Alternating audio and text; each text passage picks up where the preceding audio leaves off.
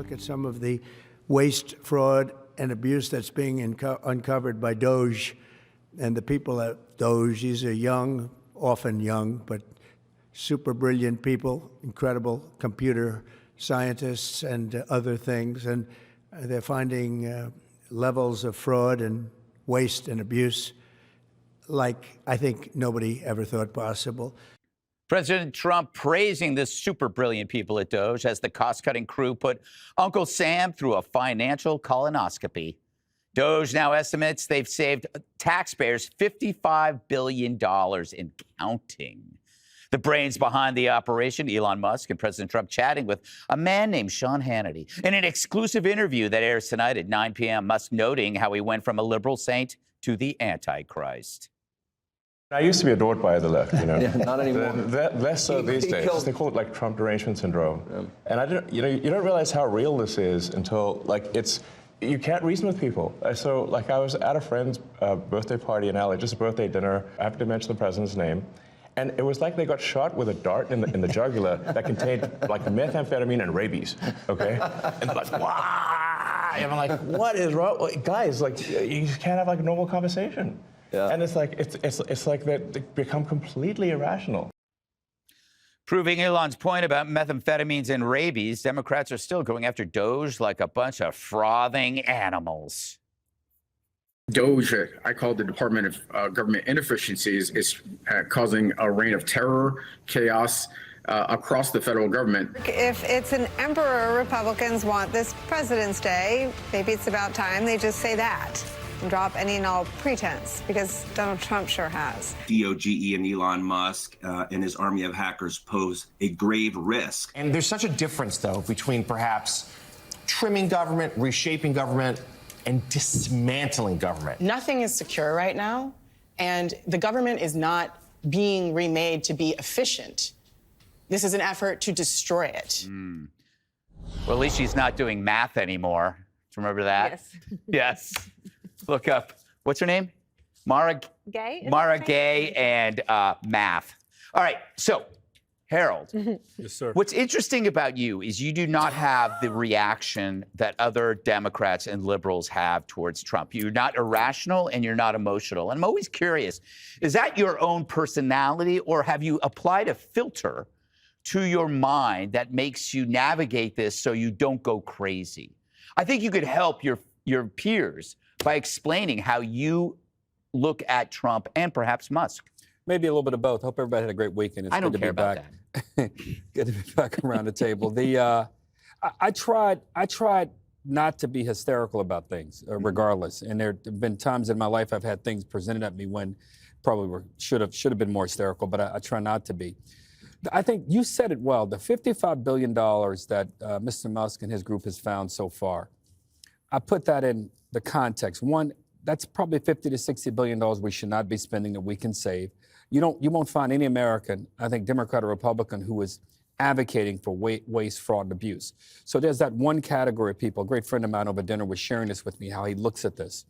Two, you have to look at whether or not we're going to reduce our debt and deficit. And it doesn't seem that $55 billion is a great number. We have $36 trillion. So if you 100 times $55 billion, that's $5.5 trillion. And we'd still have $32 trillion in debt. I think when you get serious about it, you have to look at Social Security and Medicare and defense spending, which hopefully Mr. Musk will get to.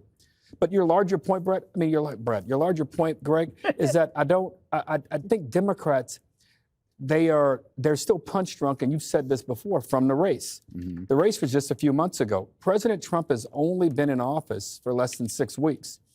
And remember, and you all said it best around the table, and some agreed, some disagreed, but you were right. We never saw Joe Biden. So you see this president once or twice a day, maybe more, and he is saying things that if you disagree with him, it's infuriating because you have to see him twice a day doing it over and over again. I watched Jesse, I think it was last night, and he talked about the way Republicans are doing it, or this president's doing his media, and how it's a 21st century media strategy. So you get the president in the morning, Joe Rogan, you got a bunch of other influencers and people on social media. Democrats, if you're serious, think about that. If you get angry, think about how you can counter that with ideas. But just being hysterical about President Trump or Elon Musk, You're only enabling them. You're only empowering them, and you're only making people realize that they don't like fraud, waste, and abuse. Yeah, you know, well put, Harry. Jesse, one of the things that I've been thinking about is that Democrats assume that we're as addicted to praise as they are. But as a Republican, we are used to being called Hitler. We're used to being called everything. So they don't know how to fight people who are immune to their constant smearing. When I get praised in the press, I don't trust it. Yes. If the New York Times says something good about me, I figure I must be doing something wrong. Yeah. And if I knew you were watching last night, Harold, I would have had a much better show. I was on. You were on.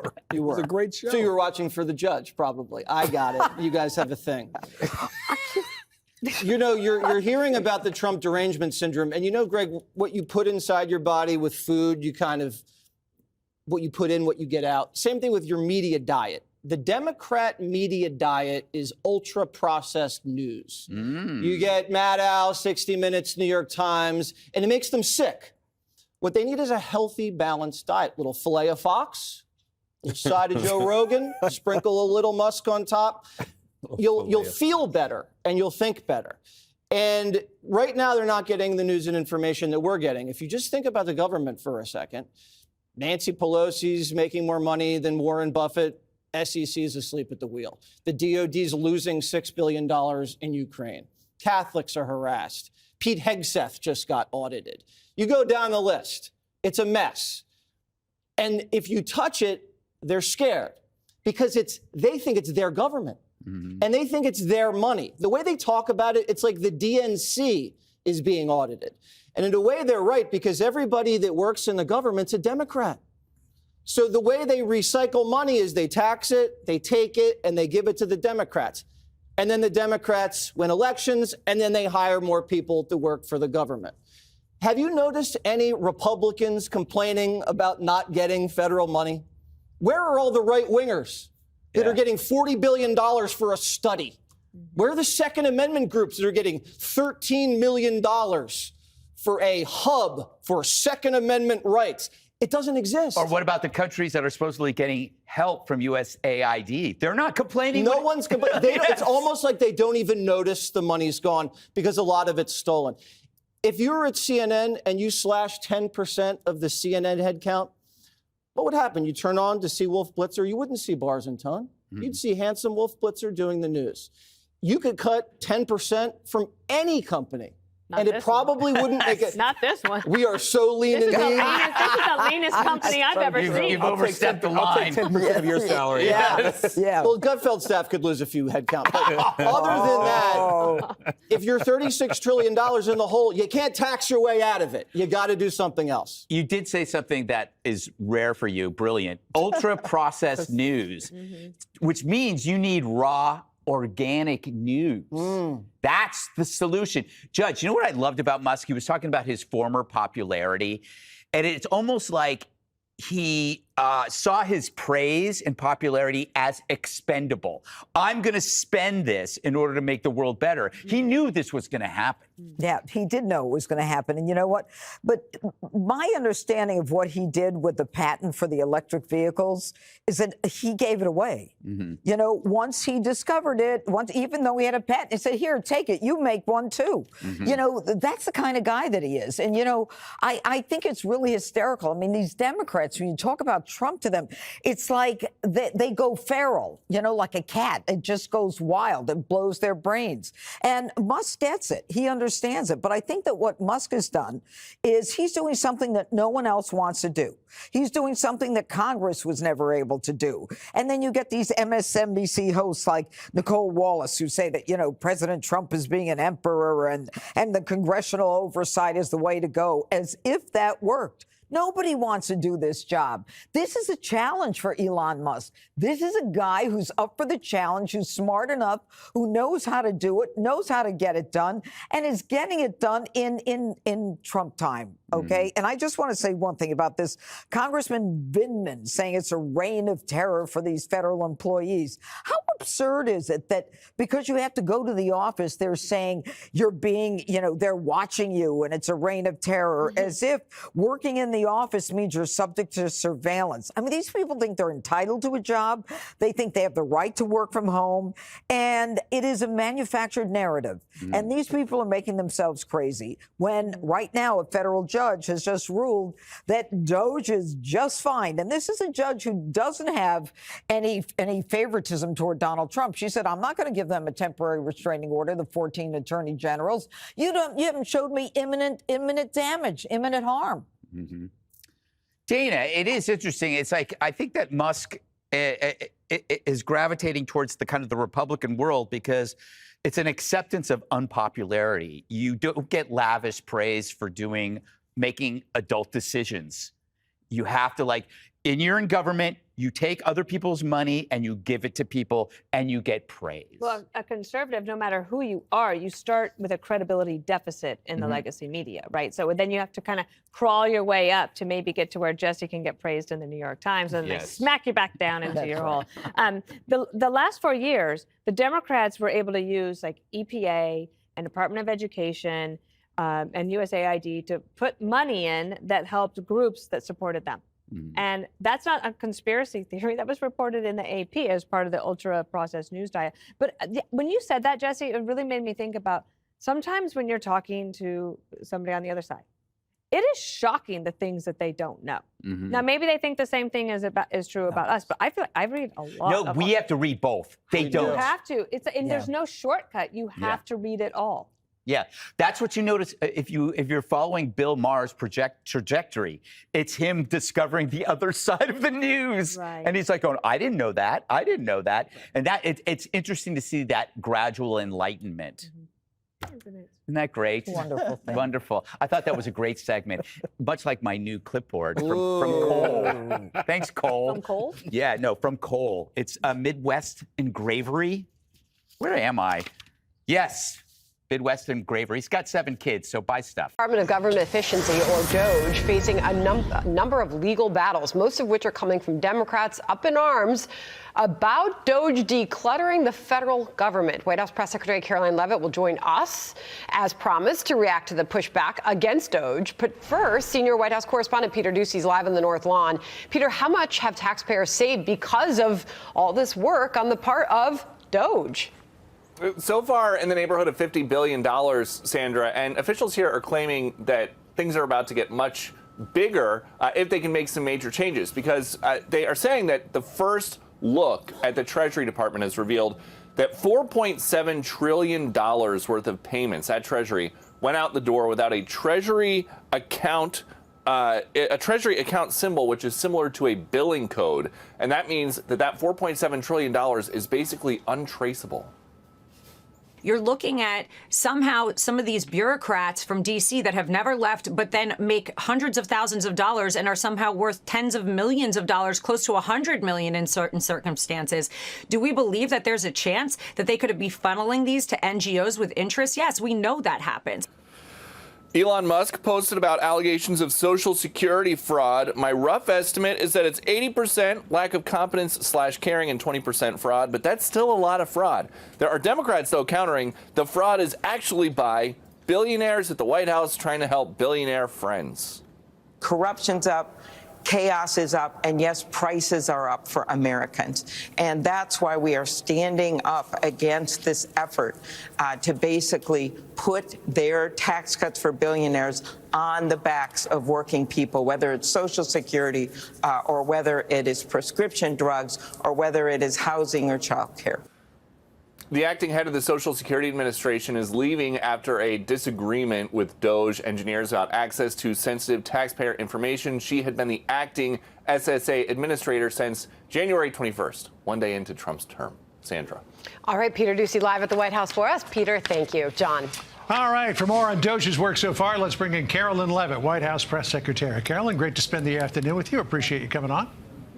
Thanks for having me, John. Great to see you.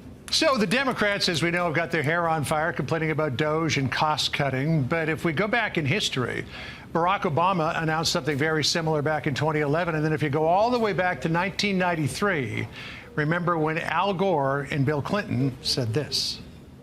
This report tells us how to cut waste, cut red tape, streamline the bureaucracy, change procurement rules, change the personnel rules, and create a government that works better and costs less.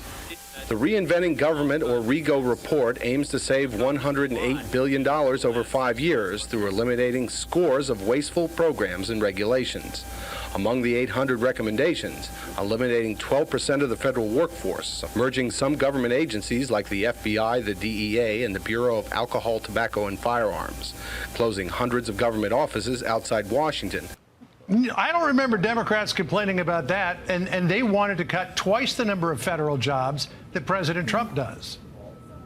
That's exactly right, John. If you listen to those words, those are from Democrat Party leaders who are allegedly still beloved by Democrat voters today. And they were promising the American people the very same things that President Trump promised the American people, won the election on, and now is actually delivering on. That's the only difference between what President Trump is doing and what these Democrats have promised the American people for decades. He's actually following through on the promise to cut federal government waste, fraud, and abuse.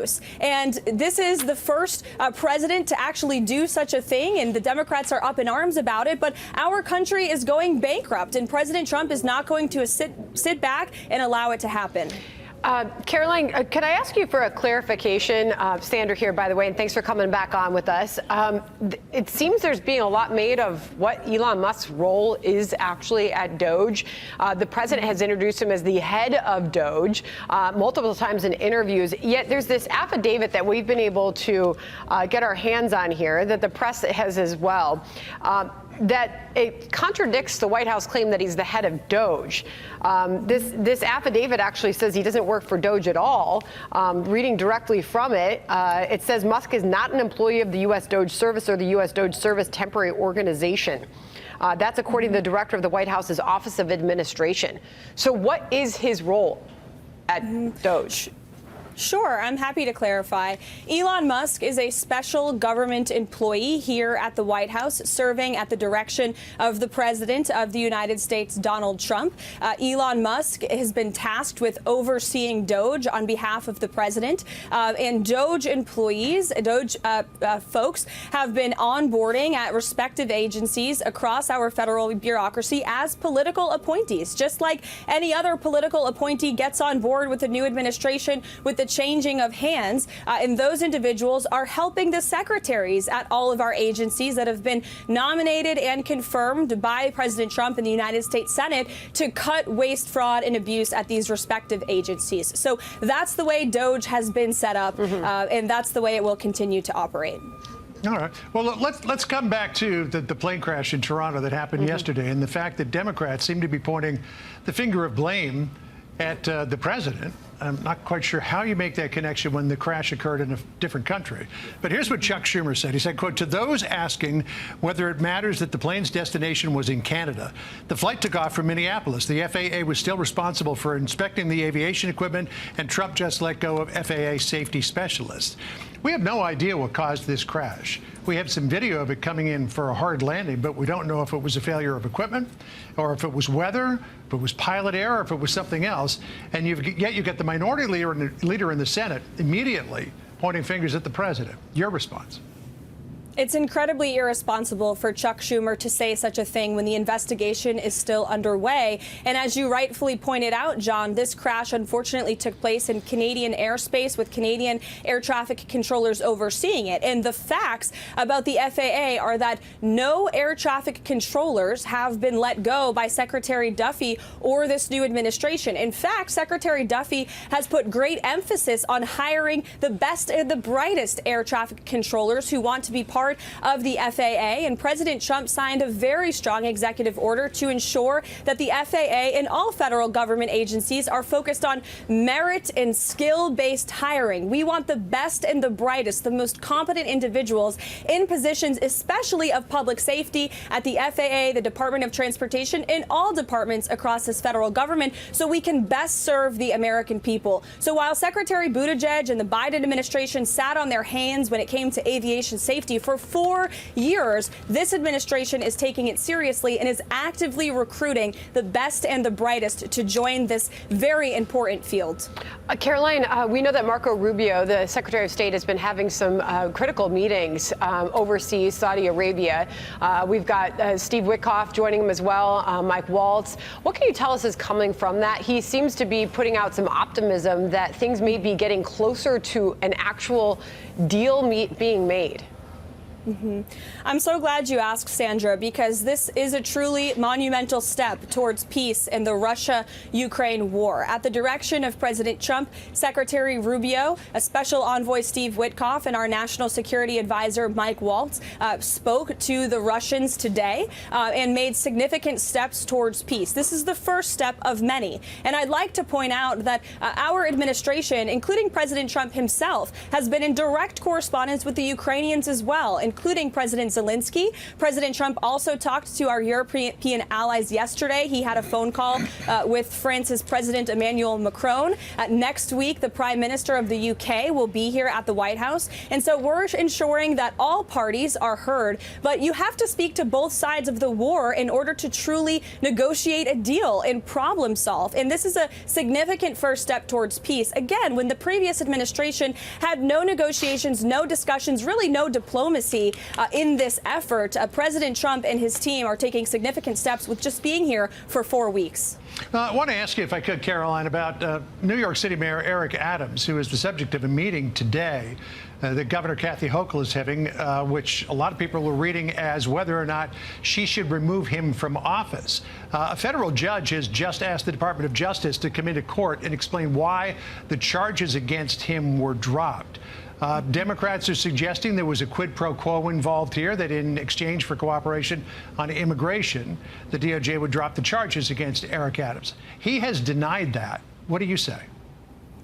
Well, I defer you to the Department of Justice for specifics on this case and the ongoing case and the matters against Mayor Eric Adams. What I do know is that Eric Adams has been incredibly courageous in speaking out against his own party when many Democrats refused to do so, about the terrible border invasion of illegal immigrants that the previous administration allowed to happen, which we know had a grave impact on New York City, on the education system, the transportation system, on taxpayer dollars in that city that were going to housing illegal migrants in hotels. Thankfully, all of that is coming to an end thanks to the strong leadership of President Trump. And New York will only be a sanctuary place for law-abiding American citizens and New Yorkers under this administration. And Mayor Adams has put out a helping hand to try to help the federal government in ending the border invasion. He was not heard by the last administration, but he is being heard by this administration because President Trump and his team will work with anyone to do what's best for law-abiding,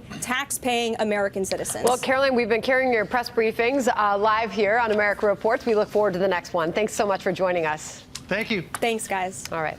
And we are awaiting a decision from a federal judge on a request to block Elon Musk and DOGE from accessing data at several federal agencies or from firing workers there. She's set to rule this morning. And joining us now is Fox News contributor Jonathan Turley, a constitutional law attorney and a professor at George Washington University. President Trump's likely to win these cases, but the Democrats are like, it's the only card they have to play, so they're taking it to the courts. I agree, Dana. I mean, this is a level of denial that borders on delusion. I mean, this is a person who was elected by the majority of voters on a platform to reduce the size of government and to root out waste. Well, you got to look at the books. You got to look at the receipts. You need to have designated people go in there and take a look at where this money's going. Now, a trial judge can certainly try to stop that, but that judge will be quickly reversed, in my view. He is well within his Article 2 powers. Right. So I guess we'll wait to see on that. But the other thing is, you think that Judge Chukin, who knows Trump from other cases, One of the things judges don't want to do is they don't want to be reversed. That's right. I mean, she has received a great deal of criticism about her handling of the Trump case, and also statements she made before she was given that case about President Trump. I don't know how really that impacts her. I think the greatest weight on her shoulders is the fact that, in my view, the constitutional lines here are clear. He must have this authority as the head of the executive branch. And for a court to effectively micromanage that authority really runs against centuries of precedent. Okay, I want to also ask you about this because you have a new column out. Let me show you the headline here. Vance rightly excoriates Europe. What values are we defending? And then let me just read something from him, because this is based on his speech that he gave last week. He said, even if you disagree with me substantively, these institutions have revealed themselves to be so brittle. AfD is in second place in Germany. The far right keeps getting closer in France. Wake up. And he gave a speech in which he said, the values that we share in free speech are the ones that are at risk if they don't change things. And you want to defend him, so let me give you a chance to do that. It was a historic speech by Vice President Vance. You know, in 1963, John F. Kennedy went to Berlin to say, I'm a Berliner, to say that he was going to stand with the rights of free speech and other rights of those behind the Iron Curtain. Vance went, in this case, to Munich and said, I am an American. And as an American, I will fight for free speech. And he confronted our allies and saying, you know, you can't claim to be defending democracy when you are eviscerating the very right that defines us. And, you know, I wrote a book recently called The Indispensable Right, and it talks about Germany, the United Kingdom, and our other allies, where free speech is in a free fall. And so this was a very welcome speech for the free speech community, not just in the United States, but in Europe. And I'm hearing from a lot of my colleagues in Europe saying that this was a true Churchillian moment for the free speech community. What did you make of CBS Sunday show, Margaret Brennan, the host, suggesting that it was free speech that basically caused the genocide of the Jews? Well, I almost spit out my coffee when I heard that line, because, of course, the first thing that the Nazis did was to crack down on free speech, to deny it. Censorship is the harbinger of authoritarianism. And I'm not too sure what point she was making, but the Nazis knew free speech was the enemy of totalitarian rule. So the idea that somehow free speech invites fascism is an old saw used by the anti-free speech movement, particularly in Germany. But take a look at Germany. They've had a robust censorship system since World War II. The neo-Nazi movement is flourishing. But a recent poll shows that only 17% of Germans feel comfortable stating their views in public. Right. They're silencing the wrong people. Jonathan Turley, thanks for joining us today as this debate continues. Hot and heavy here. Thanks so much. Bring in Andy McCarthy, former federal prosecutor and Fox News contributor. Andy, always great to have you with us. Welcome to you. Hi there. So I want to start with this DOGE post from earlier, actually yesterday at 5:25 p.m. It says the Treasury Access Symbol, TAS, is an identification code that links a Treasury payment to a budget line item in the federal government. The TAS field was optional for $4.7 trillion in payments and was often left blank, making traceability almost impossible. As of Saturday, this is now a required field, increasing insight into where the money is actually going. So the judge is deciding two things. Can they fire people and can they open the books in those two separate cases? But Andy, what's your reaction to what you're seeing here in terms of how sloppy these government books appear to be? Well, I don't think it really surprises us, Martha, because especially in the post-COVID era, we've had numerous reports of just not just trivial amounts of money. We're talking about hundreds of billions of dollars down the drain on account of fraud. So I think the attraction of Musk is that nobody wants to wade through a 1,000-page Office of Management and Budget report on how the government wastes our money.